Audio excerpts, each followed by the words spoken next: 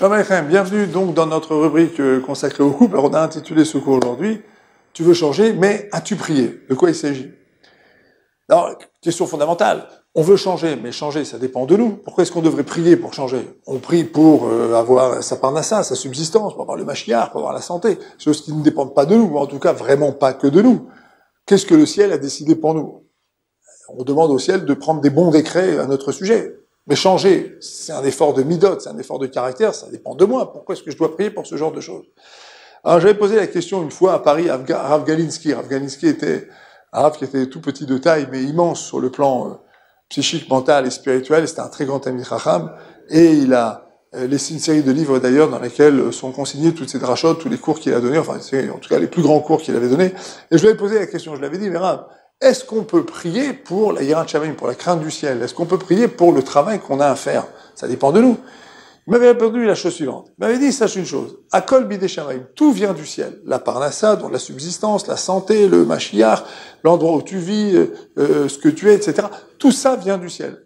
Mais il n'y a qu'une seule chose qui ne vient pas du ciel, qui est ton choix, ce que tu choisis de faire de bien. Par exemple, travailler sur toi, par exemple, acquérir la crainte du ciel, par exemple, travailler tes midot, affiner ton caractère, raffiner ton caractère. Ça, c'est des choses qui viennent de toi. Alors, pour ce qui vient d'Hachem, à la rigueur, on n'aurait pas besoin de prier, parce qu'on veut lui faire confiance, il sait de quoi on a besoin. Mais pour ce qui vient de nous, étant donné qu'on se connaît très bien et qu'on peut se permettre de ne pas avoir trop confiance en nous, c'est justement là qu'il faut prier. Donc effectivement, quand il s'agit de changer, qu'il s'agit de faire un travail, c'est justement là qu'il faut prier. Je ne sais pas si l'homme, dont le Talmud nous dit Adam Karov et Tzelatzmo, l'homme il est très proche de lui et très intéressé par ce qu'il est, il se trouve toujours très beau, très bien, il s'adore, d'accord? Est-ce qu'il a réellement intérêt à changer? Ou alors quand il change, est-ce que finalement il dit bon, ça suffit, j'ai fait ma part de travail, est-ce que j'ai besoin d'être plus loin que ça? Finalement, jusqu'où il faut aller pour s'entendre avec l'autre? Donc l'homme il s'assigne des limites. Donc s'il y a un domaine dans lequel finalement l'homme il doit vraiment prier pour avoir l'aide du ciel et pour que là-haut on décide des bons décrets à son sujet pour que réellement il puisse changer, qu'il puisse s'améliorer, c'est vraiment dans le domaine du travail sur soi. Ça c'est la démonstration mathématique. Si tu es FD, si tu es Dieu veut, il le fait. Alors il y a un autre aspect des choses, qui est là cette fois-ci plus spirituel, enfin psychique, mental et spirituel, d'accord? C'est que tout simplement, nos schémas de fonctionnement, ce sont des schémas posés. Ça vient de l'enfance, ça vient de l'éducation, ça vient de l'école, ça vient du rabbin, ça vient du professeur, ça vient de nos copains, ça vient des filles et copines. On a créé un certain nombre de systèmes de fonctionnement. Ces systèmes de fonctionnement, on les connaît très bien, ils sont toujours très rassurants. Et ils sont d'autant plus rassurants que vous voyez très souvent que les gens qui se disputent préfèrent continuer à se disputer et rester ensemble, et finalement à continuer à vivre dans des schémas qu'ils connaissent. Surtout ne pas changer de schéma. Schéma Israël. D'accord? Toi, le juif, reste dans ton schéma, ne bouge pas. Israël, reste là où tu es. D'accord? C'est leur interprétation du schéma Israël. Le schéma Israël. Toi, tu bouges pas, ne bouge pas, continue à te disputer, continue à t'arracher, reste là où tu es.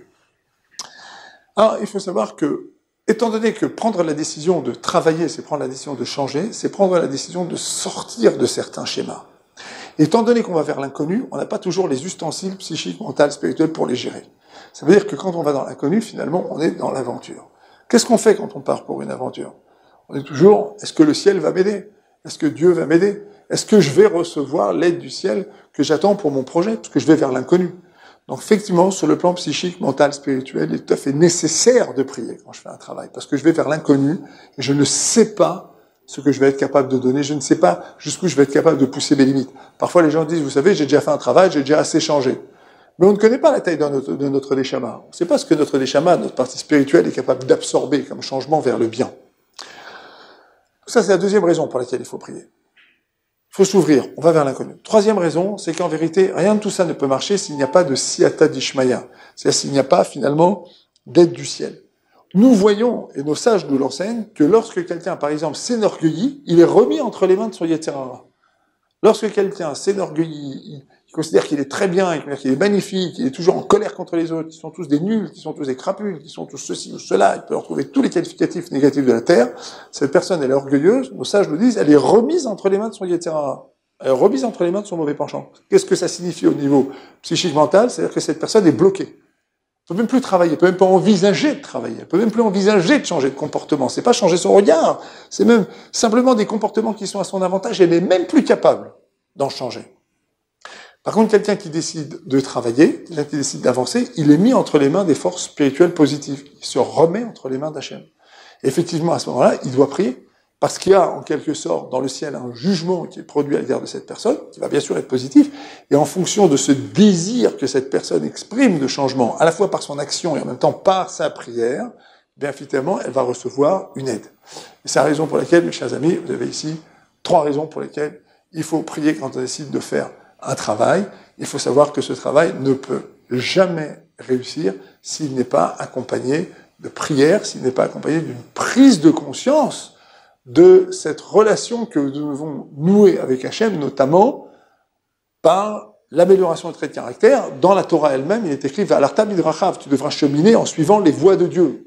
C'est quoi les voies de Dieu? Il est miséricordieux, il est bon, il est généreux, il donne, il partage, il est longanime, il est patient. Toi aussi, tu dois acquérir ces traits de caractère.